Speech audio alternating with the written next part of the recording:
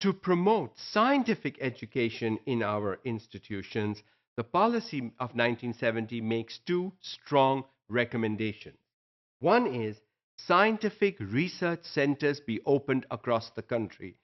Research and science research was seen as a key to future development not only of individuals but of the nation itself.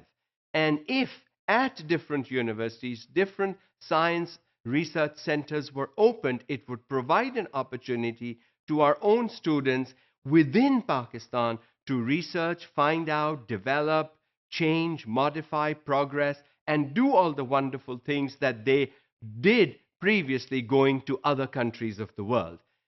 This was seen as a key to developing scientific literacy in the nation. The second thing that was recommended was training centers in industries.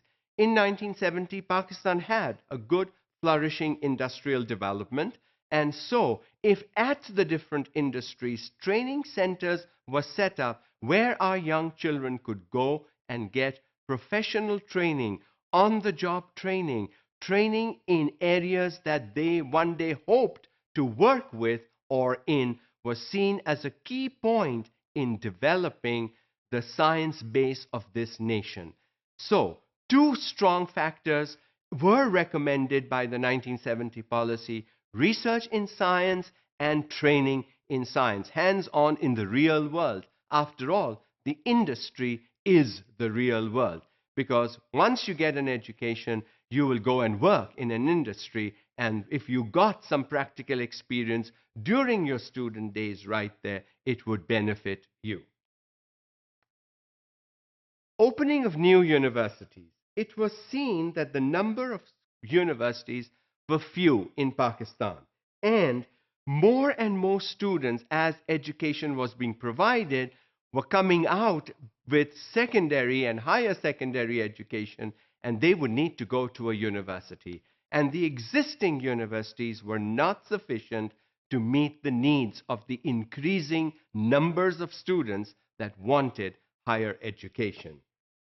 So, how were they supposed to get admission in these universities? What processes needed to be streamlined?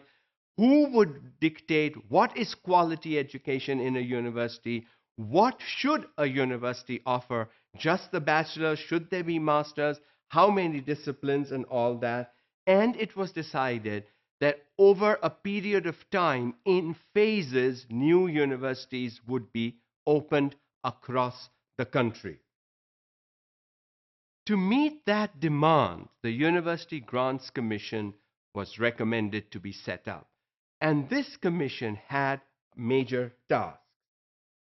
If and when the University Grants Commission would be established, this Grants Commission would be responsible for holding communications with all universities.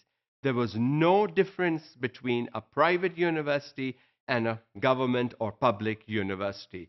If you were a university operating within Pakistan, you had to be in communication with the University Grants Commission. You had to follow the principles, guidelines, whatever would be set out by the University Grants Commission. Obviously, the commission had to be set up. They would make some regulatory features which would need to be followed by all universities across the country. No exceptions. It would determine the financial needs of the universities and distribute the amount of money. It was seen higher education is not cheap anywhere in the world. So the 1970 policy people saw this as a challenge. If we didn't provide, if the government did not provide financial support to universities, they would not be able to fulfill their requirements, their needs, and they would not meet their targets of providing quality higher education to students. So financial needs had to be addressed.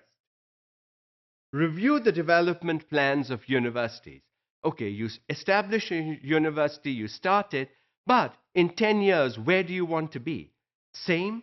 Do you want to progress? What more areas will you be looking at? What more degrees could you be offering? And so the plans of progress of all universities would have to go through the University Grants Commission. And finally, plan to promote university education. How does one promote university education among all universities across the country so that no matter where you are in Pakistan, you have the opportunity of higher education?